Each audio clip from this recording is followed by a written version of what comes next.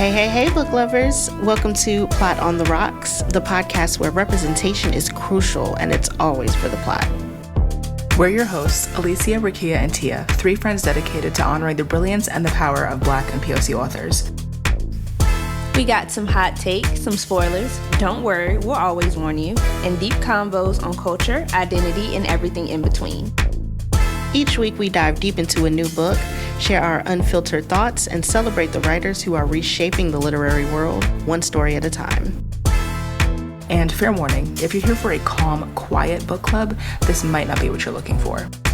Grab your favorite drink, curl up with us, and let's talk books. The ones that move us, excite us, and keep us flipping pages way past our bedtime. So lower your expectations and let's get into the plot. On today's episode, we're going to be discussing Ella Stratton's sophomore mystery novel, Do What Godmother Says. If you haven't read the book yet, go ahead and do that. There are spoilers. Set in present day and the Harlem Renaissance, Do What Godmother Says follows the stories of two women, Estelle, or Essie, Johnson, and Shanice Pierce. Though they're separated by decades, they're connected through one of Essie's paintings, which has been passed down in Shanice's family for nearly a century.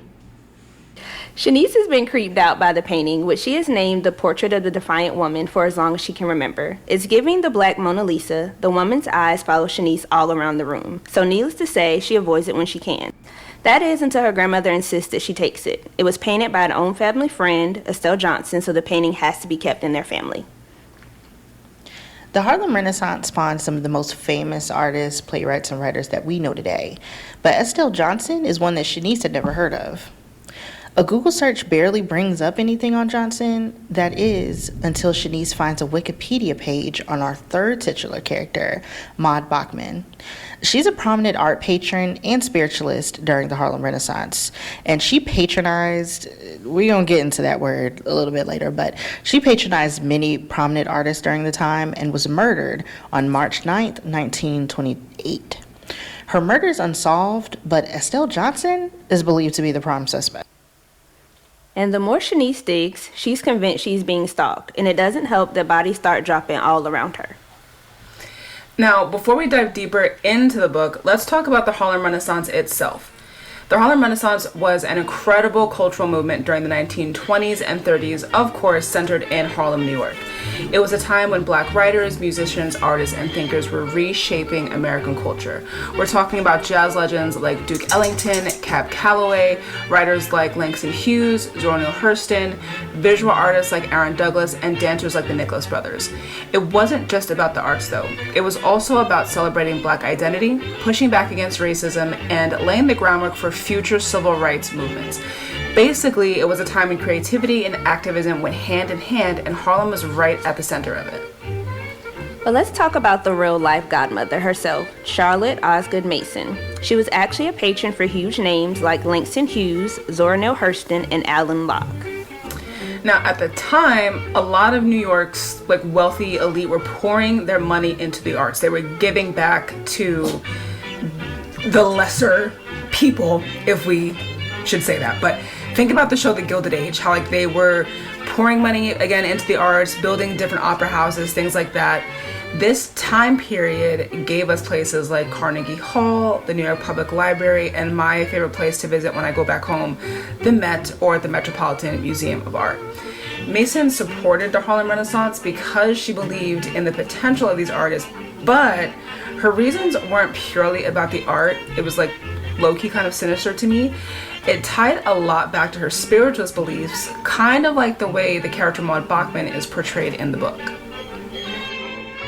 And for some reason, damn near every rich person during this time was a spiritualist and believed in parapsychology and doing seances all over the place.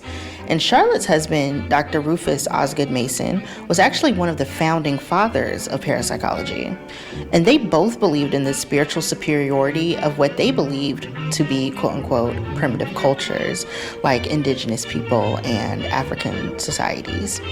Charlotte even had visions of a flaming pathway to Africa, as she called it, that could cure the spiritually deprived white people, which we see very much with Bachman and her husband in the book. Except they were in a full-on cult, and they murdered and held people captive, which as far as we know, Osgood Mason didn't do. Listen, they were doing some freaky shit back then. So I wouldn't put it past them that they were doing something. Maybe not that, but something. But this patronage was more about control than actually helping her patrons with their art. She had full say on what her artist painted and wrote. Now, Stratton actually wrote an article for LitHub where she kind of goes a little bit more into this. And it was really kind of crazy, the control that Mason really did have over these artists. It says here what Stratton says: taking the lead meant having an iron grip on her artist's work and lives. Mason not only wanted to give feedback on their work, but she also wanted to control where and when they submitted. Her contracts with some of her artists stipulated what she owned and the work they produced in perpetuity.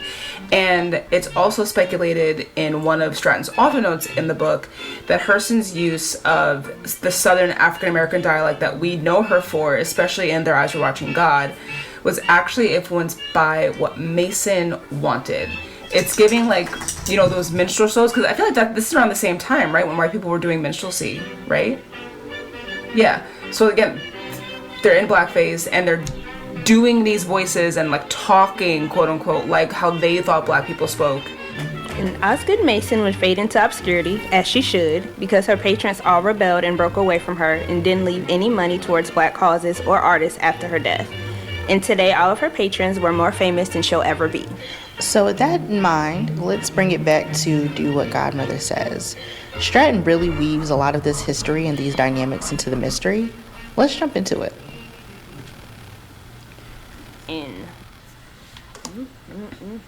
It was good. Yes, it was so good. What'd you guys rate it? This is my first time reading it. Yeah. Out of 5? Honestly, I would give it a 5 out of 5 because I finished this, I kid you not, in 24 hours. Yes. 24 hours I finished it. And this is my first book that I read of her, and I loved it so much that I went and got her the first one that she wrote, the Not So Perfect Strangers. So I have that to read, because that one, it honestly hooked me in because all I saw at the bottom part was like a retelling of Alfred Hitchcock's Strangers on a Train, which is one of my favorite movies. So I cannot wait to read that one. Yeah. I need to get that Is one it on too. Kindle Unlimited? I don't know. Do it. It's not. No. I looked. Aw, Yeah. That's all right. I support. Not that we don't want to pay for Yeah. pay for her book. You know what I mean? No, we don't support our black artists. So Yes. I read So I that might have one, to give and I that think one I to rated it 5 stars, and then I'm rating this one 5 stars as well. I really, really enjoy her writing. Yeah. It sucked you in. And not only that, I really loved how she told the story. She was able to get me hooked on both sides of the story, the flashbacks. I was just as invested in Essie's story as I was in Shanice's story. Yes. And I feel like that's hard to do. Because most of the time in books, when it has those flashbacks like that, there's one storyline that you care about, and the other one is kind of like, oh, I want to get back to the main story. You know what I'm saying? But no, Yes. it was good. It was 5 out of 5 for sure. Is this the first time we've all rated it the same thing? Okay. I think so. No, because I think King of Ashes was Yeah. We was King of definitely Ashes. 5 out of 5 for King We of were on the Ashes. same page with that. But this one was shit. So much so to the point that, like, after I read it, I went back to when Essie's, like, when she is painting her painting when she's held captive. I went back to the beginning of the book when Shanice is actually describing the painting, and it tied it all together, like, so perfectly, because I think what she was like, okay, the color palette is dark, lots of browns, grays, and blues. The woman in the portrait, ochre skin with short curly hair, is cradling a bundle protectively against her chest, covering her naked torso. The bundle's fabric is made of intricate woven patterns. You can't tell what it is. Her garb is a crude imitation of tribal. A crown of chicken feathers sits askew on her head. A necklace made of bones dons her neck. Probably not something someone from any real African tribe would wear, but the movie version circa 1940s Tarzan, a caricature of what that tribe would be. So then, like, once we find out everything about Bachman and how Essie drew the painting, and then how Shanice is interpreting it without knowing the story, I was like, oh my god. I think that's Yeah. actually, Oh my god. yeah, It was made all good. the sense in the world. I think that's actually a good Yeah. segue into like the first question. Like, y'all want to discuss like the symbolism behind the painting? Yeah. That was, I think for me, that was like because I think we all kind of went into it knowing that Godmother was a little weird. Miss Maud, something was off. But I couldn't understand, I didn't quite understand why she would paint something, so like stereotypical, being as how, how talented she was. And I really loved the symbolism of it, and because that's how she felt when she drew it. And I feel like it just really ties back into this like constant, I feel like it's a consistent theme with Black art. Anytime we make art, there's always going to be a patron, and I guess maybe we can talk about the word patronizing now, but like there's always going to be a wealthy white patron who sees dollar signs and now wants to steer it into something that they think it should be. And we see that with music to this day. 1000%. And it even reminds me of like how like when with her costume that she put on herself, because we know that human zoos existed back then. There was a human zoo exhibit in the Bronx Zoo, one of my favorite places to go as a kid, and they had like an Africa exhibit, and they had a boy from Africa, and they dressed him up in this garb for people to watch and be on display because of what they thought this was. And even like Bachman, she always, I hate that she kept calling these cultures primitive, like, That and uncivilized. which is crazy to me.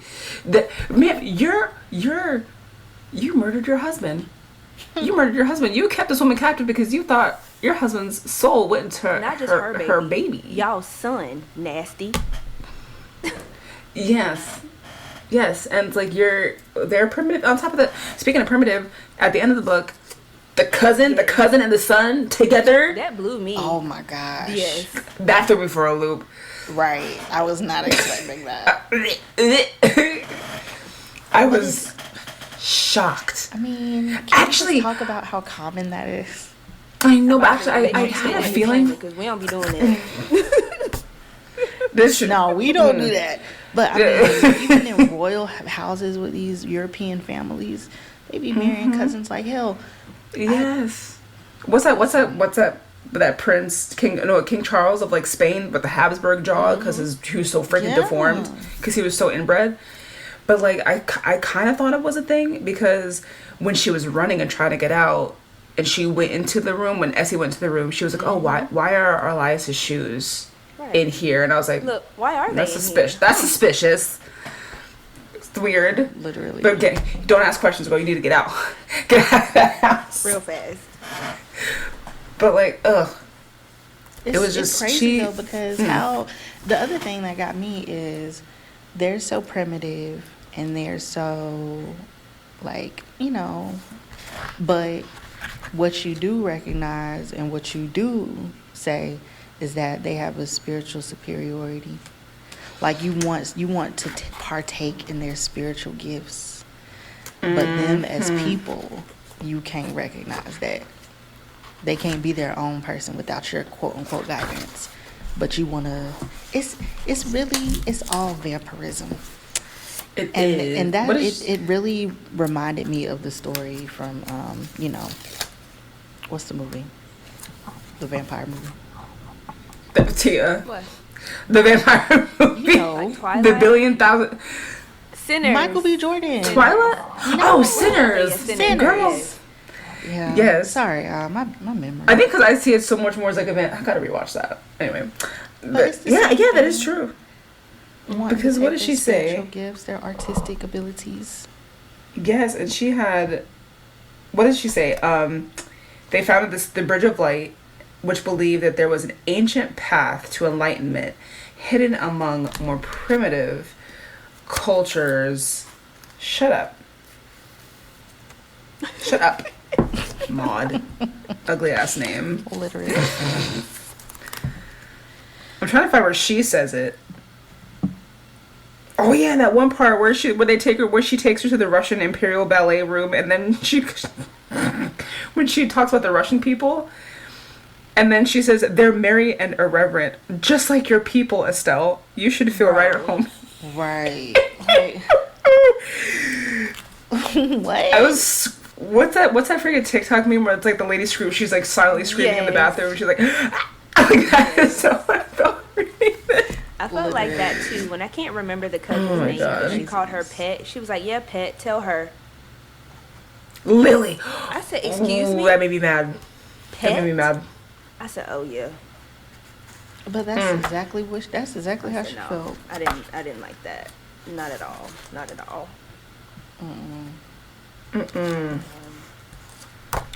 God. But what's you said patronizing? That word patronizing. Let's look it up.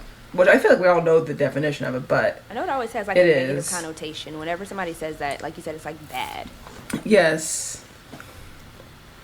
Apparently kind or helpful, but betraying a feeling of superiority, condescending, to treat people in a way that is apparently kind or helpful, but betrays that feeling, or it also means to give encouragement and financial support to a person, especially an artist, for a cause. Which... So really it's the same thing. It's all because she was patronizing as hell. And I don't know why I never made that connection at all. Because I've always heard a patron of the arts. But... That's what... this is kind of... The English language is tricky. It is. English language is tricky. Because, I've never called someone patronizing and meant it in a positive way. And yet, there are so many of these figures, like Miss Godmother here in history, who are patrons of the arts, patrons of this person. And it's like, okay, what influence did they have on the work? Did they value these people as people? Did they let them have control of the art? We don't know. And I feel like even the name Godmother, I feel like that's like a slap in the face. Because when I think of like a godmother, I think of like either a fairy godmother in a movie where they're like helping you through it all, or like you're like a physical godmom. Because like my godmom, if I like need something or advice, or as a kid like gifts and like all, that's what it's supposed to be.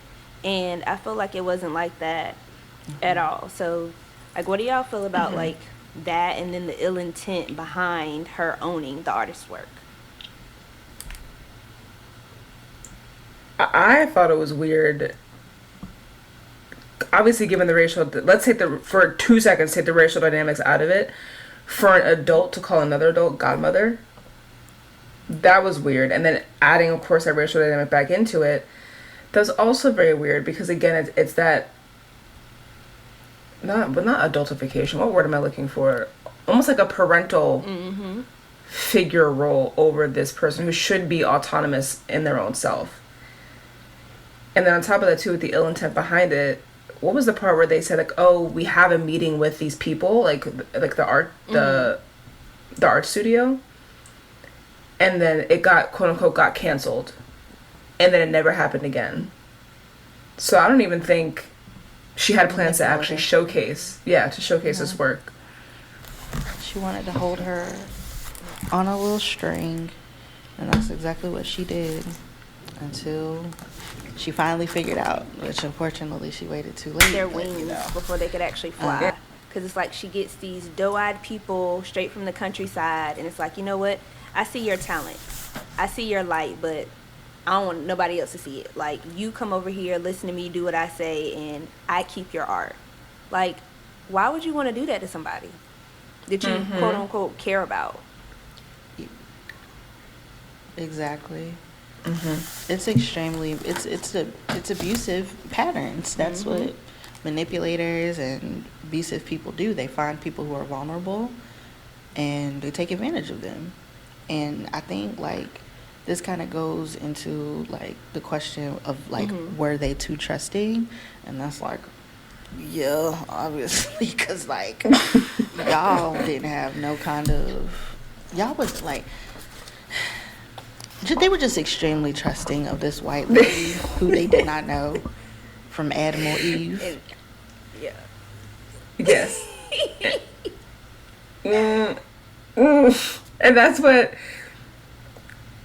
because we could both Essie and Shanice, they were both very, I think Shanice she had some of her, actually no, she didn't have any discernment either, because I said from the beginning yes. That Noah man, no, stupid. You think you're being stalked, and now this man conveniently shows up, bumps into you. Dumb. You're stupid. But I was like, you know what? She has anxiety, so her mental state isn't all there. So I'm gonna give her a pass. But Essie irritated me because you're coming. This is the 1920s. You're coming from the South, straight from Jim Crow, and you're trusting all these white people. And I wonder if it's because like maybe she was up north, so she maybe thought there was like obviously was there a difference? Yes, but I always like say that like New York at the time, or just the North in general, was very much, that really was separate but equal. Like you can have what you have, just you stay over there. You know what I mean? But like even when you had like her friends telling her, be careful with Elias, be careful with Godmother, and she's like, no, she wouldn't do that. Yes, she would. Ma'am. She would. She got love bombed.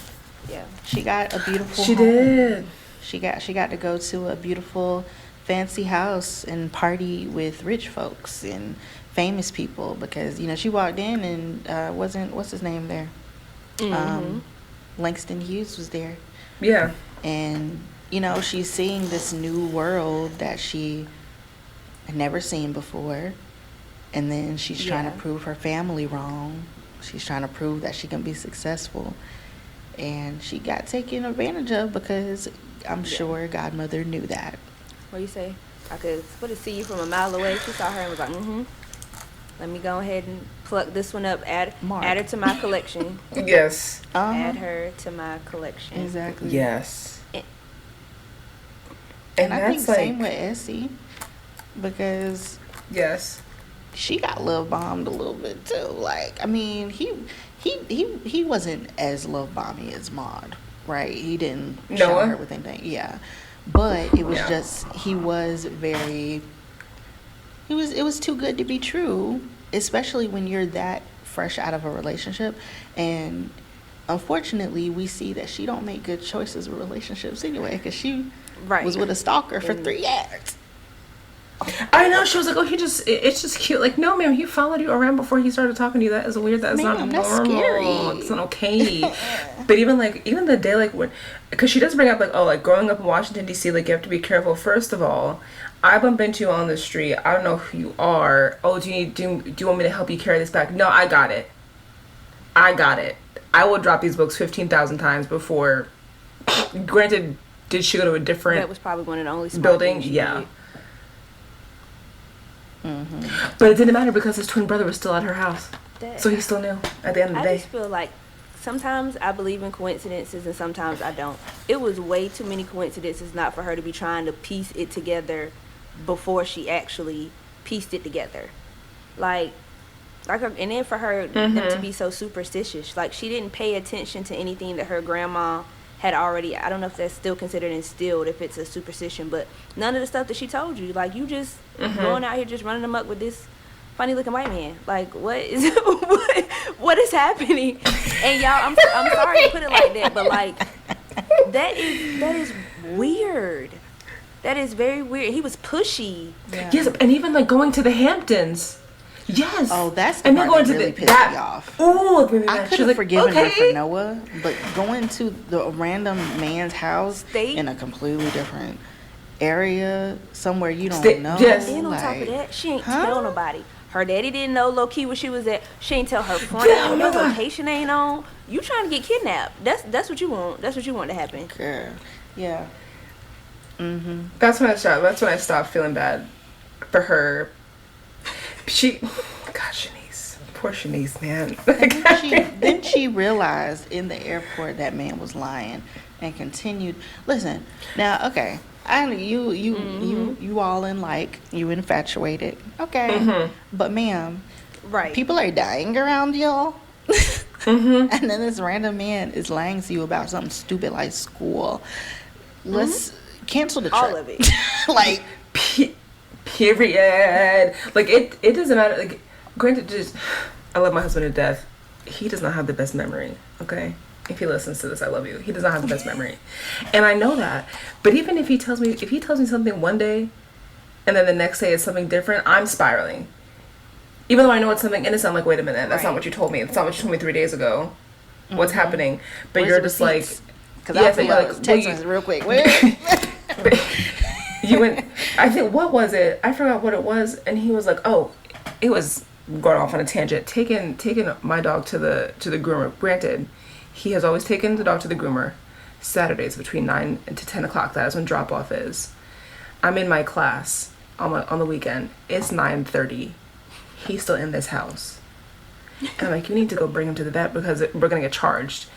And then he comes home. He's like, you've never told me that. You never told me that.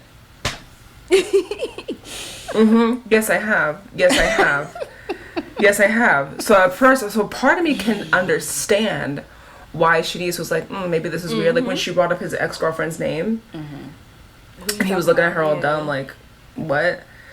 But Baylor University, what did he say? Texas Tech? Baylor University, and they don't sound the same, sir. I'm not gonna mix that up. Yeah.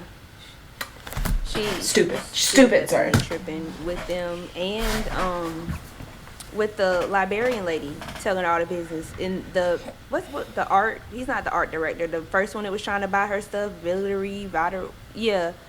Vivaldi. Again, why are you telling him all that at your grandma's house?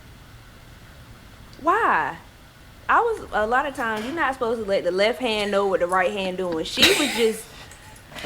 Especially when there's this much going on, like, yes, at a certain point, because again, yes, we have an anxiety disorder, I understand. Okay, yes, at first we confused, we don't know what's going on, but ma'am, now we see people is dying, and we see things like he's offering you all this money, and then he show up to your grandmother's house. We don't talk to him no more. Kick him out, and just. And didn't you tell Noah on the second date what was going on with everything?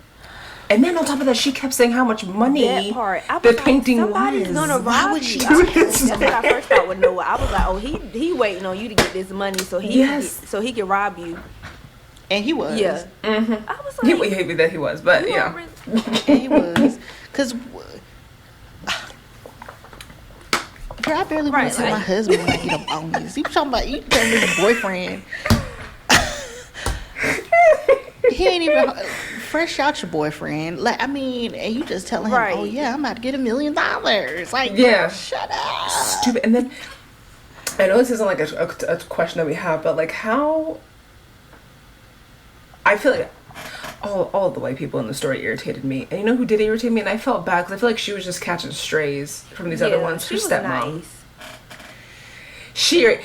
What's going on, kiddo? Hi, kiddo. That irritated me so much. I'm just like, first of all, I'm 29. I'm 29 years old, ma'am. Damn, you're almost 30. Oh, I thought she Don't was call me that. Sweet. She was sweet, but I feel like she was just annoying. Yeah. And what's the other one's name? Fawn. Excuse me, I've never seen you in this neighborhood before. She was annoying. She was annoying. But I'm glad. I'm at least glad that Fawn she's one of those white women who mean the best. They mean so well. Yeah. They just nosy. They just bored, you know? This is true. But I did not like towards the end when the news person was interviewing her about Shanice's grandma, and she was like, oh, she was the grandmother of the whole time. You barely knew that lady. Shut the fuck up. I'm sorry, that irritated me. Yes. Definitely clout chasing. But like, and then for her to like hug Shanice and be like, that's who I saw run out of the house, and Shanice is still like, really? You say he looks like him. Girl, Yeah, I wanted to slap her upside the head numerous times. Like, girl, she said it looks like him. Don't go home with him. And then I'm What gonna do tell you what? my suspicions instead of telling my daddy or telling the cops. Not once. Oh. That and pressed. That was me pressed slapping her upside the head. charges. It was just a lot of charges going on because Billy, whatever his name is, pressed. He harassing me. He harassing Granny. Yes. Okay. And listen, because I know Tia's the mystery writer out of the three of us. I know you said the hardest part about writing your book is making the characters not make logical decisions. And I feel like I could never write a mystery novel because it would be over too quickly because I can't make them be stupid. And this is the Like- thing, because, and I think this is part of why I liked it, okay? Because, yes, that is a very hard part as I'm writing my story, because my character is a very intelligent woman. Very intelligent, very, like, observant, but she's not always going to make the decisions you think she should make. And that's what I like about this book, because Shanice, obviously a brilliant writer, obviously a smart woman. She had a whole career before she, on a whim, decided she about to go and be an intern, okay? But with that being said, we see parts of her life and we see her mental illness and we see how her emotions drive her decisions rather than her logical thinking. Because every time she made one of those stupid decisions, she thought to herself, Right. is this stupid? Right. She just decided to ignore it. She just decided to ignore it. Oh my You need to be like Olivia Pope. Gosh. Listen to your gut. Listen to your gut. Okay? Your gut never lies. Yes. Yes. Never lies. No No. lies. Literally. Her gut was screaming and she was like, Okay. oh, it's fine. What's that? He's nice to me. This is- Whatever yeah. you this is say. fun. We be having a roll in the sheets. I said, ooh.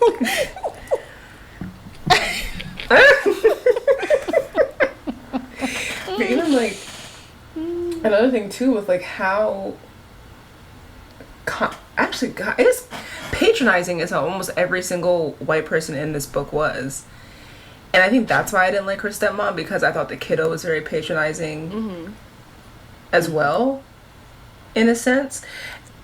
But I just want to talk about really quick, and I don't think it's one of these questions, but how highly even people of today spoke, actually not people, but how highly Vivaldi specifically spoke about Bachman, how her artistic collection was going to be showcased at the, was it the MoMA? Yeah, the Museum of Modern Art.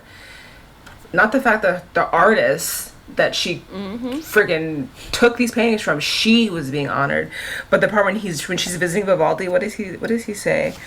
You have to understand that Johnson was an unsophisticated young woman from the rural South who grew up in a sharecropper shack. She was in college to be a teacher, whatever.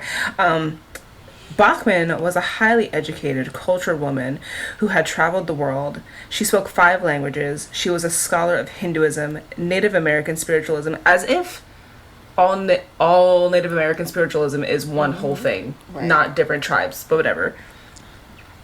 Voodoo, Johnson's tribal period, the almost visceral nature of her later work, it all came from Bachman. I think her dip into, because this we can talk about, what did she say? The spiritually deprived white people. I think that was her ultimate downfall, was delving into these different spiritualities from different cultures. A lot of these are closed practices, which, as we know, if you are not of these cultures, do not partake in them because it will be bad. Voodoo, hoodoo specifically, these are for black people to protect them from white people, and you're messing with it. And Oh, that reminds me. When frickin' Essie gave her the juju bag. Oh, the freaking mojo bag! Oh my god! and she was so Why she do excited. that? to do it. Like, do you not know what you just did? I was. Ooh, I was mad. Like, what? Like, that was your one thing of protection that you probably didn't Gave have, it and away. you just gave it over. She should have listened to her too. What was it, Dolores? She tried to tell you a physical representation Yes. of what could possibly happen to you, and you ignored it. She. Oh, Lord, they made me Can we mad. talk about it? about it. Because Let's I talk want about to it. go into something real quick. Because Yeah. So, yes. Because this, I don't even think this. Yeah, we just gonna talk about it because this woman came up to you. Now she was honest with you. She said, "Yeah, I'm down bad. She done took all my stuff. And all you see when you look at her, okay, mind you, you're from the South. You did not grow up rich. You probably came to New York looking a little bit like her, but you're in an elevated status now. So we're gonna dismiss her. We're gonna call her a drunk or a druggie, and we're gonna even though you feel in your heart something's a little off, and you see the microaggressions that you're getting from Maud, you're comfortable, and so instead of listening to this woman who's giving you wisdom, not only is she giving you wisdom, she's giving you protection. You are dismissing that because that money. And again, this is something that still happens in our community. We be telling people, we'll tell these niggas that woman wants your money. She wants your money, and they'll be like, "Oh, you bitches are haters." I got ops. And Y'all are ops. No, baby. No. We're trying to help you. we try to help you. Yes. Okay, No, that's but all I have to say. seriously. And then what did she say? She took everything from me. And then when she's going back towards her apartment, and she says the exact same words, she took everything from me. Y'all are literally now in the same position. She took all of your artwork, all of the stuff that The same. you had in your home, just gone, poof, because you didn't want to listen. Yes. Because it wasn't yours loaned it to to begin you. with. First of all, you're exactly. It Yes. was not yours, and you've sold your soul. You sold your soul and given this woman access to all of your art. You've signed away your rights to your creations for a level of comfort that is not guaranteed. That's good. Hold on. That That's a preaching word. somebody Say that church. again. A level of comfort that is not. That's good Yes. stuff. Me too. Yes. Yeah. I like that a lot. We're going to write that down. And then I want to tie it back to the article that that Stratton wrote about Osgood Mason, who's like, what's her face? I don't want to say her name, that Bachman is inspired by. And she was a spiritualist as well. She had saw a flaming pathway to Africa, whatever the hell that was. I don't even, whatever. But there's a part in it that what did she say? The same thing like Bachman. They believed in the spiritual superiority of primitive cultures, and she believed that if the flaming pathway to Africa was followed, it could help cure the spiritually bereft white American society.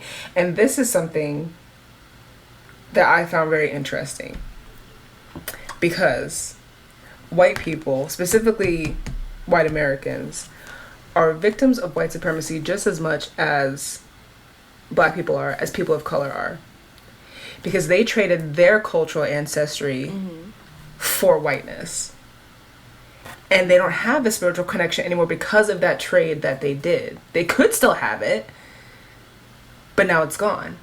And one thing I tell Tia about all the time, like when I first moved down here in the South in general, when I moved down South, that was the first time I had met a white person who was like, oh, I'm a little bit of this, I'm a little bit of that. They didn't have any cultural connection, because back in New York, you're Greek, you're Italian, you're Irish, you're Albanian. Not just that, you're going back every summer over there. You have your grandparents are from there. Damn near every Irish girl that I knew grew up was in an Irish dance class, dancing in the St. Patrick's Day parade. So those are the type of white people that I knew. So when I came down here and they were like, oh, we're just this, and this, I was like, that's weird. That's odd. And then I found out the reason being, Greek people, Italian people, they wanted to keep the South as waspy as possible. They couldn't come down here either. So they traded, and to assimilate into whiteness, they traded their cultural heritage and their religious heritage for what? For what? And now that even today they're grasping at finding the cultural appropriation because these other cultures are beautiful. Go learn about your own. Why are you gonna take from everybody else's? Bachman, Osgood Mason, learn about wherever the hell you came from. I don't know. Deficiency.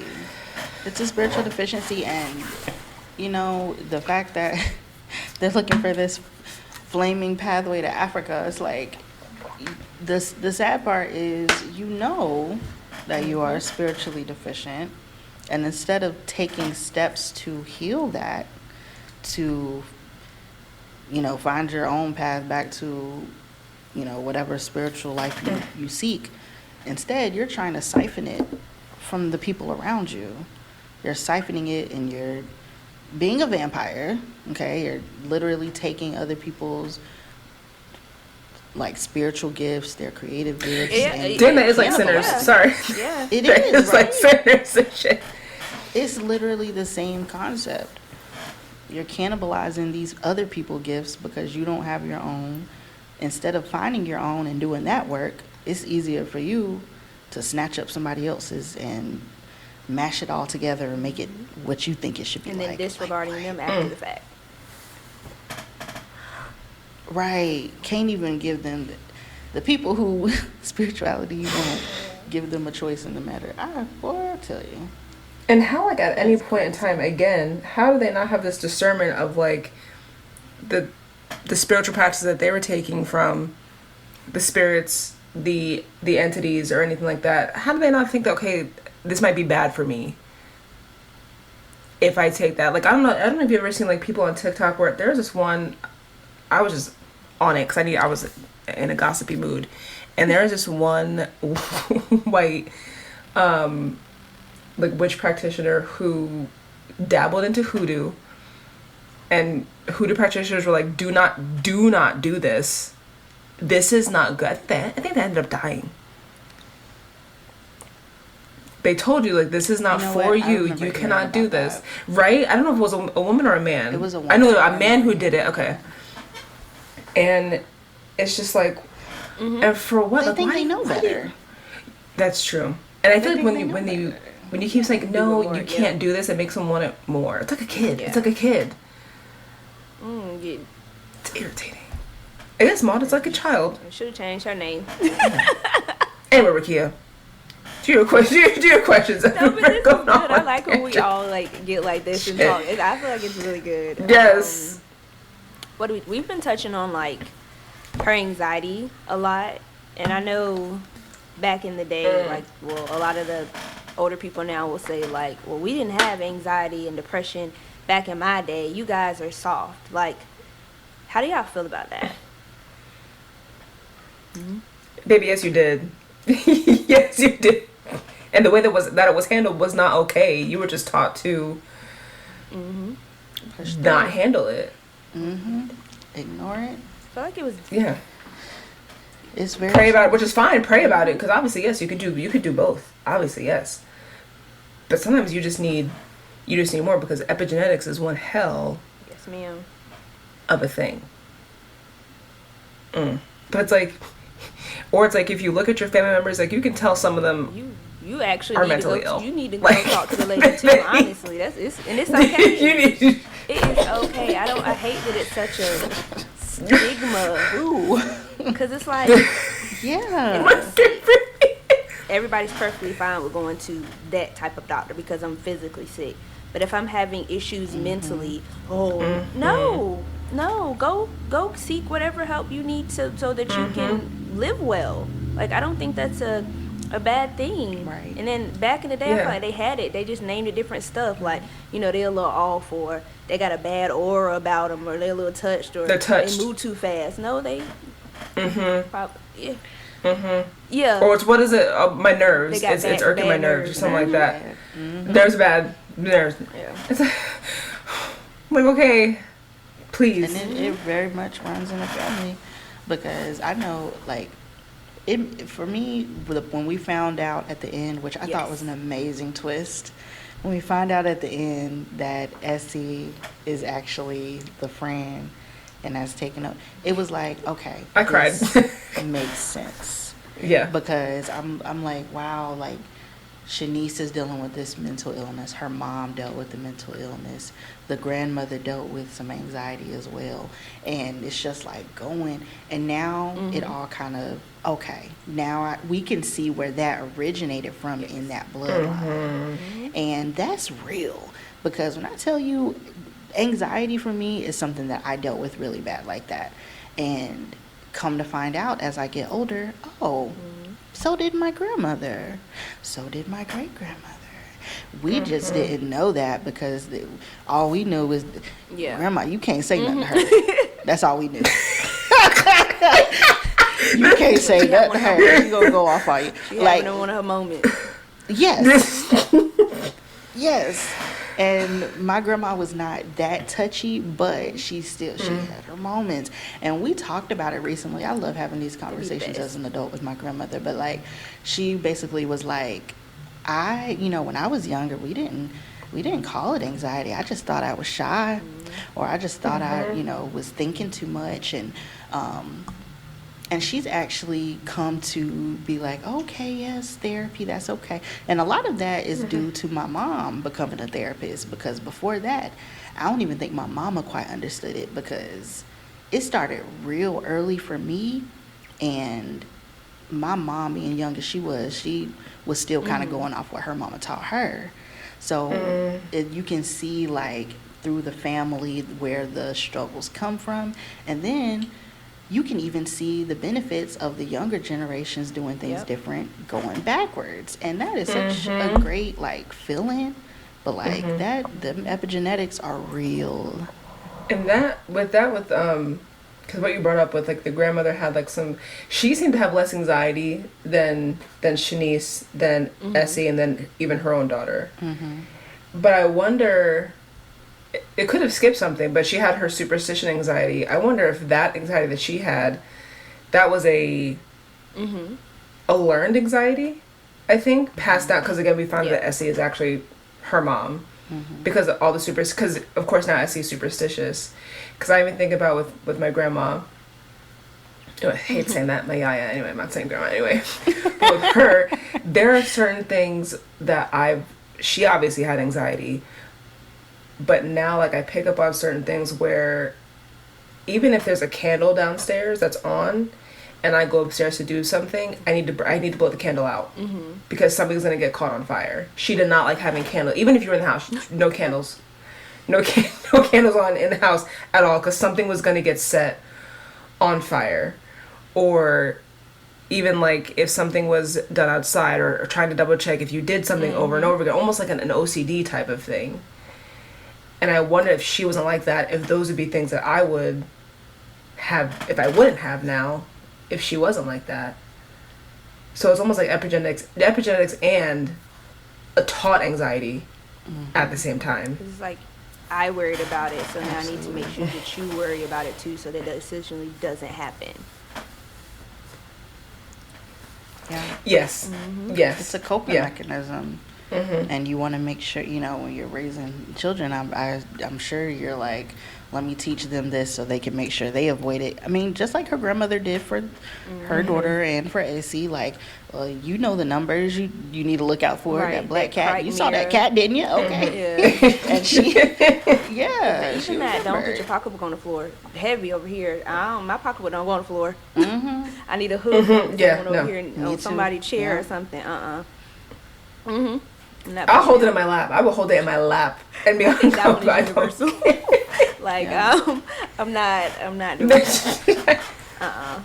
Yeah, we don't do that. Yeah. And there was another superstition that I didn't realize was, I don't know if it's specifically a black thing, but I've never bought Jeremy a pair of shoes. Because he'll walk out of your life. Have you heard that one? Where it's like, don't, yes. And I just realized that the other day, and like, cause he asks for for shoes, like for Christmas all the time, and I just don't do it. And the one time I did last Christmas, they were the wrong pair of shoes, so I had to return them anyway. So I was like, see, you're not meant to we ain't supposed to do that. that think one. too. What's another one? But I like our superstitions though. What is it? Fried chicken, black eyed peas on New I Year's. feel like there's a few of those. New Year's Eve. On New Year's, That's the a big grapes. one. Well, we don't gotta do the grape thing now because I I'm think that married. was from so like I what, the Latin we gotta do culture? that. I think Having the that's grapes where under it the came from. I think so. Is it?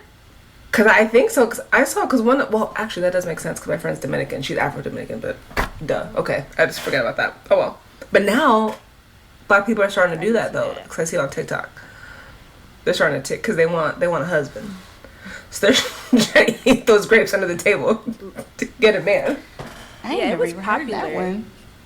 It's something with Last eating year, grapes the under year a before table. last. I don't know why. Yeah. Yeah, I was taught that, and I was taught, putting $1 in your wallet, or in your You'll pocket. never be broke. Yes. sure you Don't have wash your some clothes on. Don't wash your clothes on New Year's, right? It's the day before New Year's I Eve. think You you're wash not your supposed to clothes. wash clothes on New Year's Day, or even cleaning your house too. New Year's Day, but New Year's Yeah. Eve. Yeah, you do cleaning. You do Go the to day your before. dirty house. Yeah, there's a lot of them like that. Yeah. And imagine too how far like that dates back. Because even with the painting, how long was the painting That in their goes. family? Yeah, she was like a 1927, century. so almost Even 100 letters. years. That's a long Yeah. time. Yeah. How amazing was Yes. it that she had the letters? Yes. I know. And they got Amazing. destroyed Right, his little because of Noah. Fucking But yeah. Noah. Because that's God. I'm glad at least the brother. he ain't went to snitched too. prison. I mean, that's kind of like a catch-22 because he ain't want to tell his brother, but.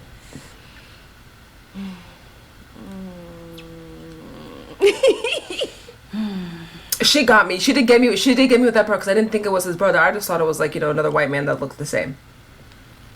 So I didn't think it was his brother. Because he left. Because I the was like- flight isn't that long. You I can hop did on a too. flight an hour and come back. I thought he Oh, left yeah. and came back. That's what I thought too, or kid. But didn't he? Because he said something about her grandma. Because it was like because he even Yeah, said she wasn't oopsie. supposed to be Yeah. home. Yeah. Oh yeah. Oh, that would have sent me over the edge. That would have made me so mad.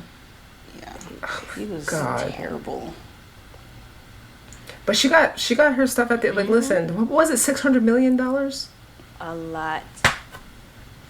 Kind of wish that some of that happened to me. Yeah, Damn, that's a like wonderful there's somebody ending. out there, right? Like, yeah, that wrapped it up really nicely for me. I'm glad that her, Yes. she got what she was owed of her family. Yes. Actually, there was a good white character. The daughter of that guy. Oh, yeah. Ally. She was an ally. She is. Cause she said at the house, "Don't trust these people." Yeah. And even then, she was like, I don't know. She's still like, you're. Yes. If somebody's If somebody's child family, okay. is telling, don't trust them. What did she? She said, don't trust. Did she call them motherfuckers too? Did she say, don't trust Yeah. motherfuckers? She said, but you're still like, okay. No, believe Shanice. me. She didn't do well. But yeah. No, she didn't. She could have got killed. I honestly thought they was gonna try to Just kill her them. out there. Yes, I thought it was gonna be a get out situation. Yes, Same. especially because now Noah was in on the whole entire thing Thought she too. was Yeah. gonna be a goner, honestly. But I'm happy. I'm very happy with the ending. It was a lot of twists and turns, and then figure out who actually killed Maud or whatever Yeah. too was very interesting. Very Yeah. interesting. Mm. Cause what? I do want to know what happened, but what I thought of. You know what else I thought of? They were lovers, right? The cousins, right? The cousins were lovers. So Elias, so Shanice's great grandfather, right? And then Lily, the cousin, we're doing it, obviously. What if the guy at the end, like the one that she went to his house in the Hamptons or whatever, what if that was their son? And they're like even more. What would that make him? That wasn't Boschman like his grandma or something like that? Or great aunt? Oh, great aunt. His aunt. So Lily was his mom. Oh. But what if? Yeah. Because they were bumping uglies. What if that was their like love child? It's possible, especially with her being so overly concerned about them having enough left in the will for them. Mm-hmm. That's Yep. what they've historically done, and it's to keep money in the family. So, So I think they were. might be I think onto they would. something. What would that make them? cousins, I think. Yeah. Would it be even like Because that's closer what she cousins? said. Yeah, like distant cousins. Okay. Because her grandmother. So if Elias and Lily had the guy, Shanice's grandmother and the guy would be half brother and sister, and then that would be her uncle cousin. Uncle cousin is funny. Her great uncle This is cousin. reminded me of that TikTok. Right? Galveston's grandmother is. That's my favorite. They were I was trying to sisters. follow, like, yeah, 'cause, yeah. That freaking time when we for Tia's like family reunion party, like she was giving me the whole. I was like, this literally. I think I showed it to your mom too. That video, because I was like, this is what it was like. Trying to remember everybody. And just to clarify for the listeners, Right, not yeah. because it's no weird stuff. It's just because There's a lot of there's divorces and remarriages and yeah. Then that was That's my uncle. and on top of that, it was her husband's family was there too. So I'm like, okay, all right, Yeah. let me It was a lot. do that. Oh my god, it was so funny. Like how much she controlled their work. Oh, I guess like how, like you said, how a lot of time like white patrons look at black artists of color, and then make them want to be stereotypical. We only talked about that a little bit when it came to the painting.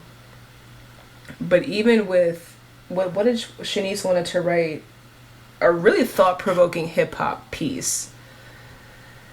But then her editor gave it to the white man who listened to the Drake album, and then he wrote what he thought hip hop would be, or whatever. Which, like, granted, there's like TikTok pages and podcasts of everybody can appreciate hip hop music. Let me preface that by saying No, they can't. No, I'm kidding. I don't appreciate and listen to it. I'm kidding. But there was one where it was two like white hip hop podcasters, and I don't know if they were talking about like the greatest hip hop artists or like what makes hip hop some shit, and I'm like, you are not qualified. I'm telling you, it's To in speak this on this. culture to this day. The first person I always think of is the freaking Vlad Yeah. TV. I think of him and I think, oh, he's another Maud Bachman. Who's does- Vlad He's TV? like everybody. Girl, you don't know him. Let me Everybody tell on YouTube. You have to look him up. This is a Russian man, and he is considered a gatekeeper of the hip hop community. Vlad, No, he's not. Literally, yes. What? Literally, yes. That man. And he's been around for a while. Vladimir. too. Yes. Yeah. And you know, He is very what's much a that gatekeeper. one girl? She won like a lot of awards. She dressed like we back in 2004, but she don't sing like it. Yes. Billie Eilish.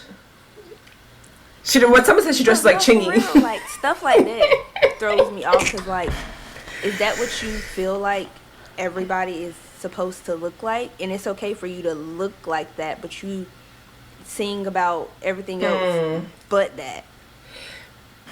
Yes.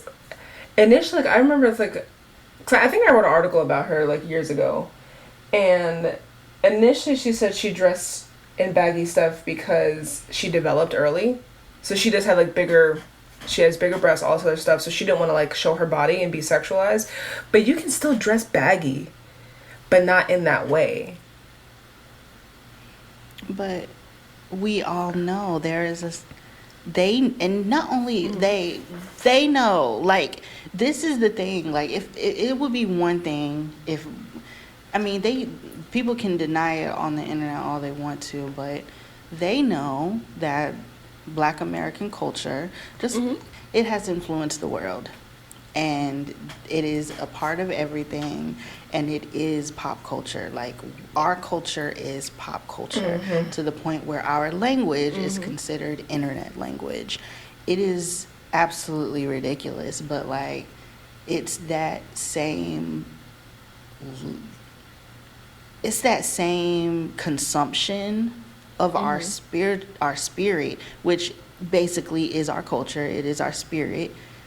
It's the consumption of our culture and the dehumanization of us that makes it so that these white artists can use bits and pieces of this and that parts of our culture, but then completely disregard anything that we have It's like going on. It's the reason why a Vladimir TV can get online and tell you who the best rapper and is. the masses is gonna believe him. Just like what was it?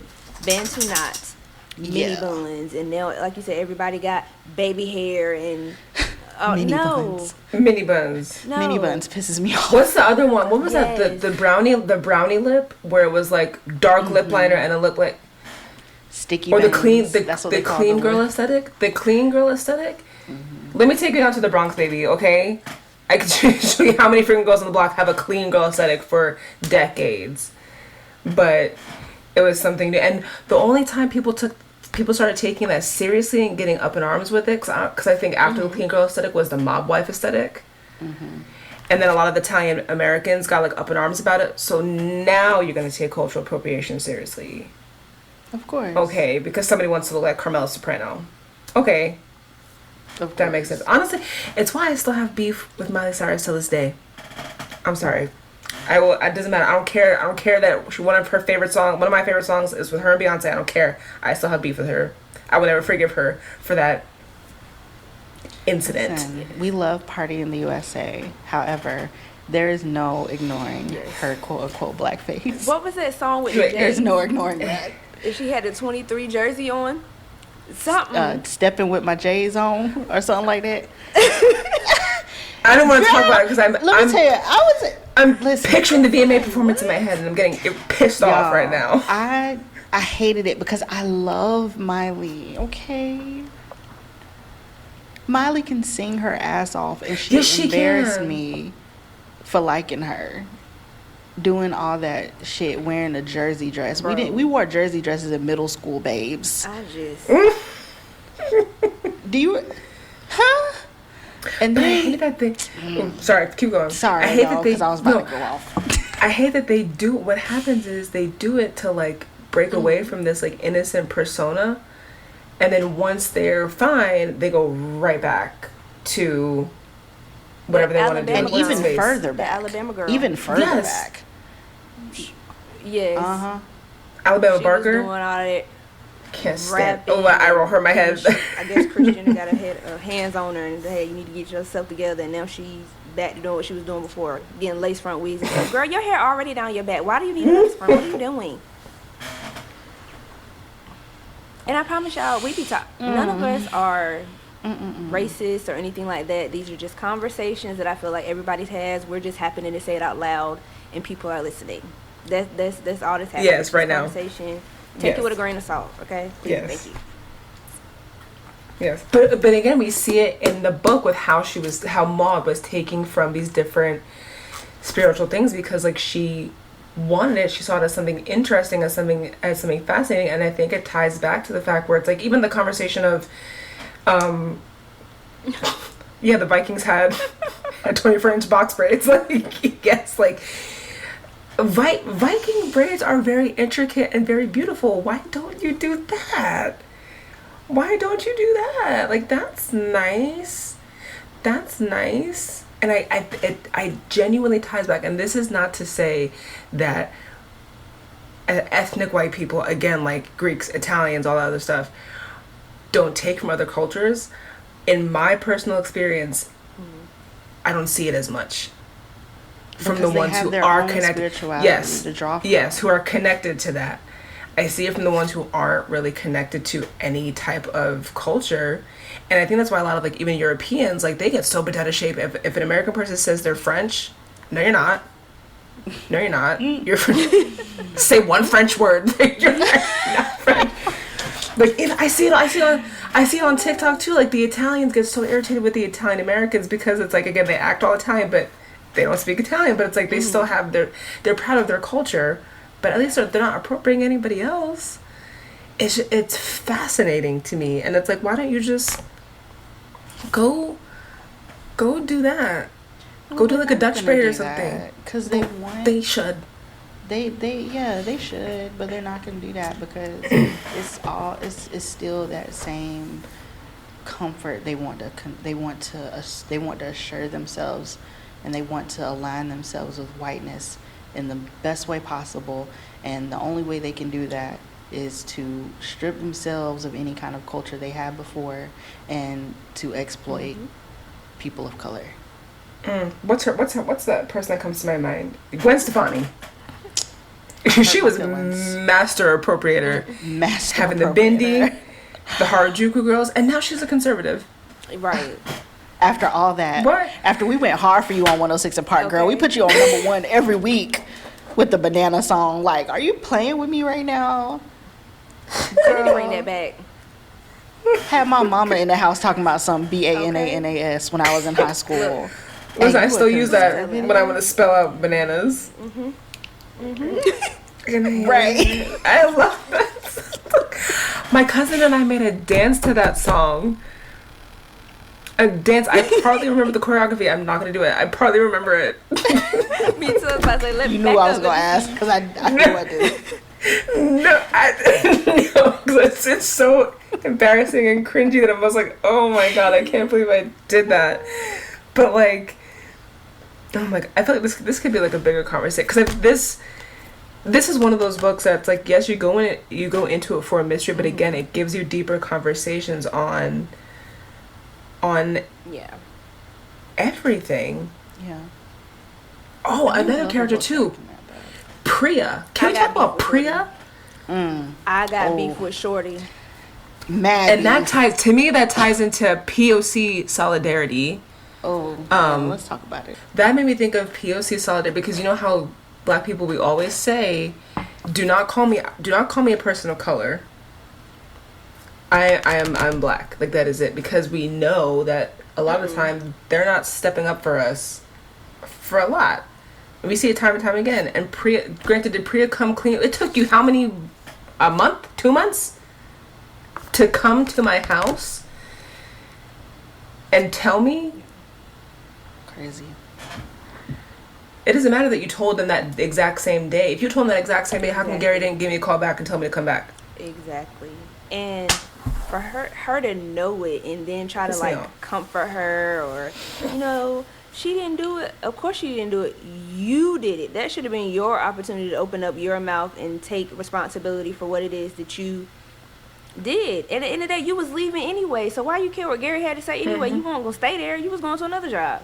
Exactly. And wasn't Shanice comforting her when she finally confessed to it? Wasn't she comforting I her? understand. I don't understand, actually. I don't. Like, it's okay. Because now you got these people thinking I'm a thief and I'm a Not at all. robber. Angry Black girl. Yes. And mentally unstable because I ran out the friggin' place.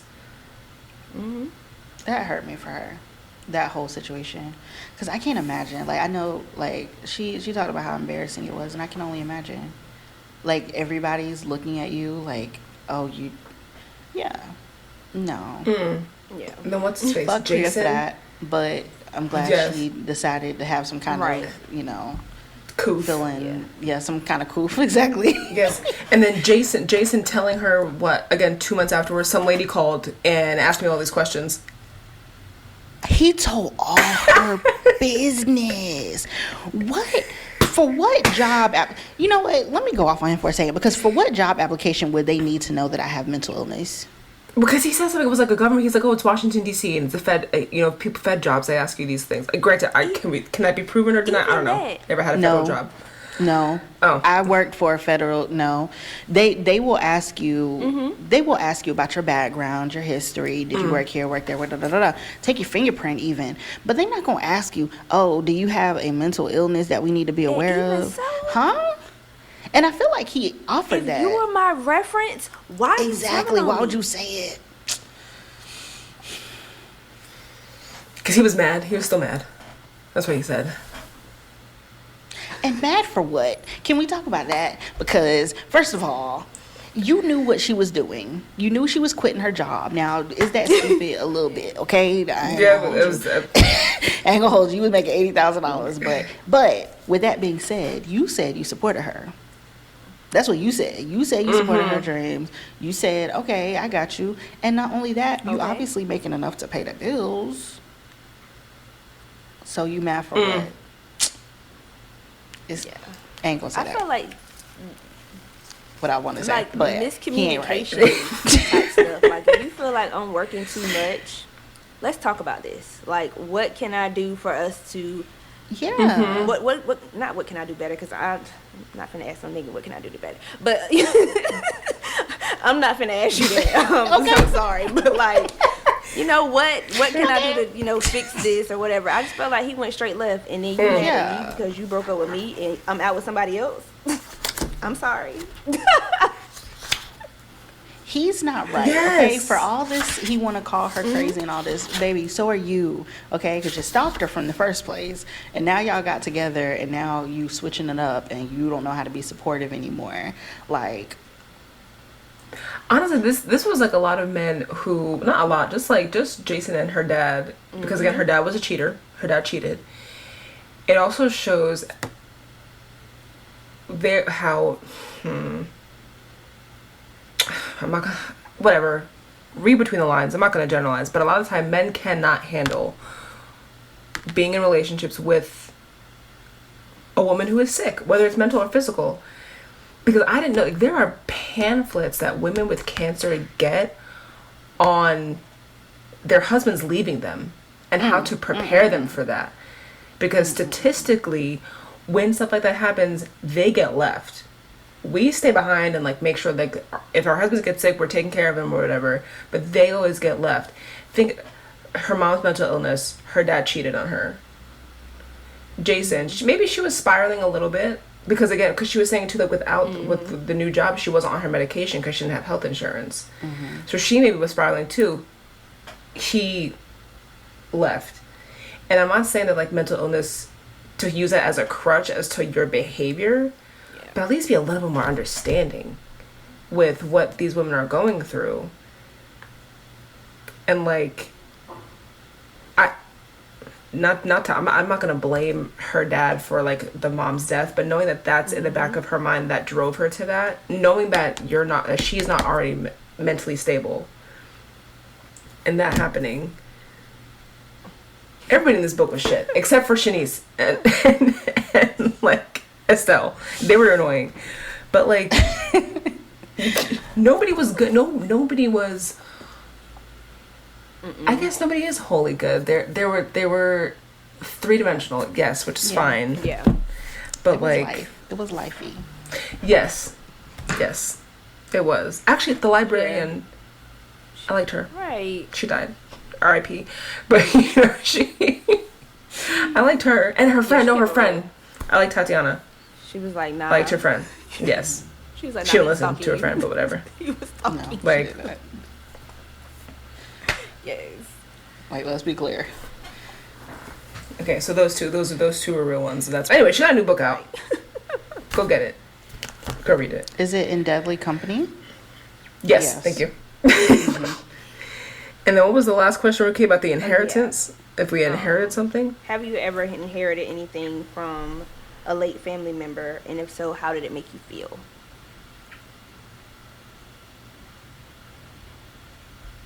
I actually haven't. Not yet, anyway. Nothing $600 million worth. Not that it's not valuable. It's valuable. I have for both of my grandmothers, I have like articles of their clothing. So I have sweaters of theirs, and I wear them as often as I can. And I only wear them in the house. I don't wear them outside because I don't want anything to happen to them. It just makes me feel close to them. So and this is kind of gross. It still smells like them, so I don't really wash it because it's their perfume. And then another thing, this is silly, very silly. I have a yellow Tupperware from my Aya's house, that I use all the time. And when we moved here, I almost had a panic attack because I couldn't find it. And I was like freaking out. Like I was like asking like my husband, I was like, oh my God, did you accidentally throw this out when we were packing? Did I accidentally throw it out when we were packing? Like I was flipping a shit. And then I ended up finding it. Tupperware. Yes. That's good. Invokes It beats memories stuff and like stuff. that. Yeah. Yeah. Good feelings. Yes. Because now that you And I say don't have that. I actually do have a couple t-shirts and a couple sweaters of my dad's. And same, I wear it around the house and it does still smell like him. Like, I love it. Like, I just love having it. Like, it makes me, it feels like I'm getting a hug from him when I wear the sweater, you know? Oh, I'm gonna cry. Don't be crying. Girl, don't, because No, we're all gonna I'll start next and then, yeah.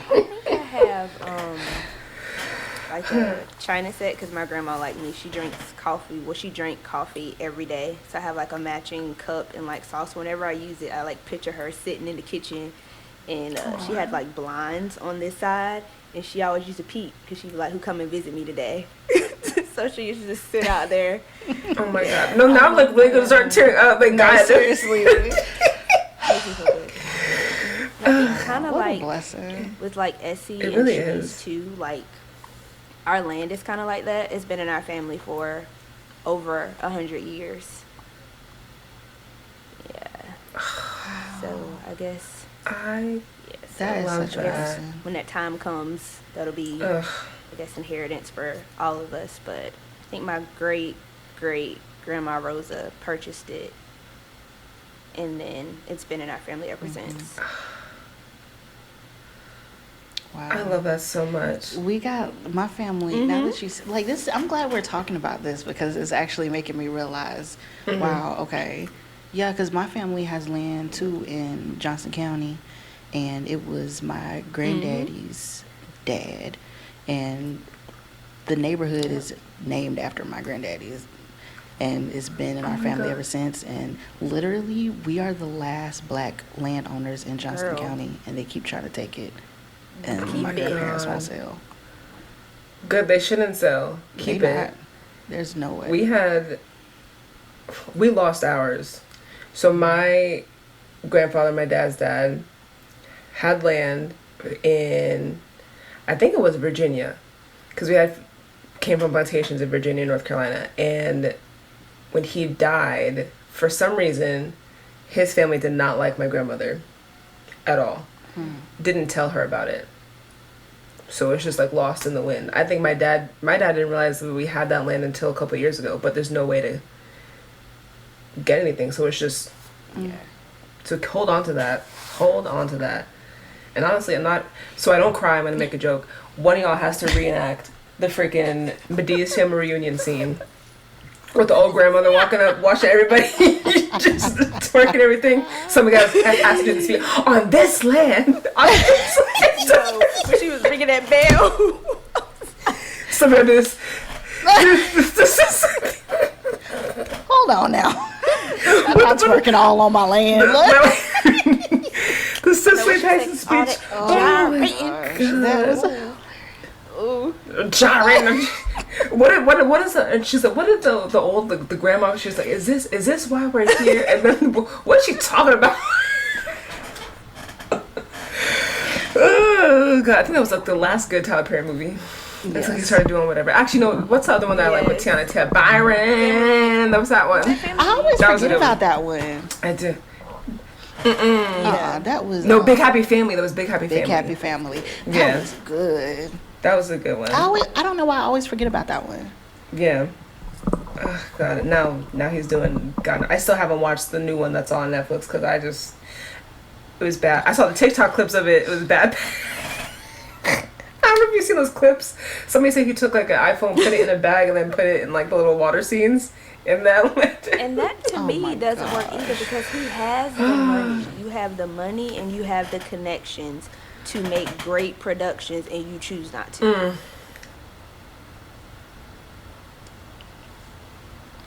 Honey, my mama would argue us down, okay? When I say she would argue us down. Don't let me say that about Tyler Perry. I ain't gonna mock my mama like that. But Well, just let know me she would go to rephrase. bed, okay? His earlier stuff But I agree. was great. His No, earlier no, 'cause stuff you're was right. good. His earlier plays stuff and is then the movies good. were based off the plays. After that, I don't know what happened. I'll give it Yes. to him. Them plays and movies. I yes, was raised off tea. his plays. Was tea. Yes. They used to play them in church for They were movie night. good. What was the one that had, what's her name, TT? Not her, it's the guy that dressed up as TT. What play was that? Yeah, that had been one of them new ones. Cause I remember Brown and New Bam ones. and all of them. I love the shows. I love the Browns. He's funny as hell. So funny. I also think it's kind of weird that, like, you know, husband and wife playing father and daughter. But anyway, that's beside the point. That confused the shit out of me. But I was like, it's fine. It's fine. Do that. Yes. But what was the one? Oh my god. Who's the other character that I like? Hattie. I love Hattie. Oh, Hattie, yeah. She cracks me up. And Hattie's a see what she looks like in real life. I was like, oh damn. Okay. Go girl. Honestly, like, Yeah. shit. All of them are, if we honest, like Tyler Perry be picking some beautiful men and women to be in his stuff. That's one thing I would give Christian him. Keys with that He don't chest miss with that. tattoo. Oh, Jesus. Oh. Listen, I'm gonna tell y'all. And just listen. If this is the first time y'all listening to us, just get used to this, okay? Because we go on tangents all the time. It's just what it is, okay?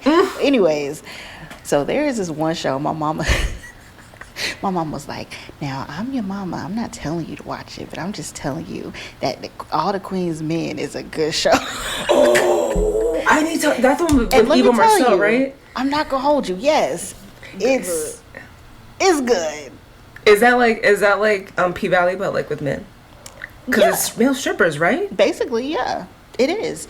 And not only that, it's very it's a little campy, It's more but I love it. visual, Okay. Catch my drift than P Valley. Cause Okay. yeah.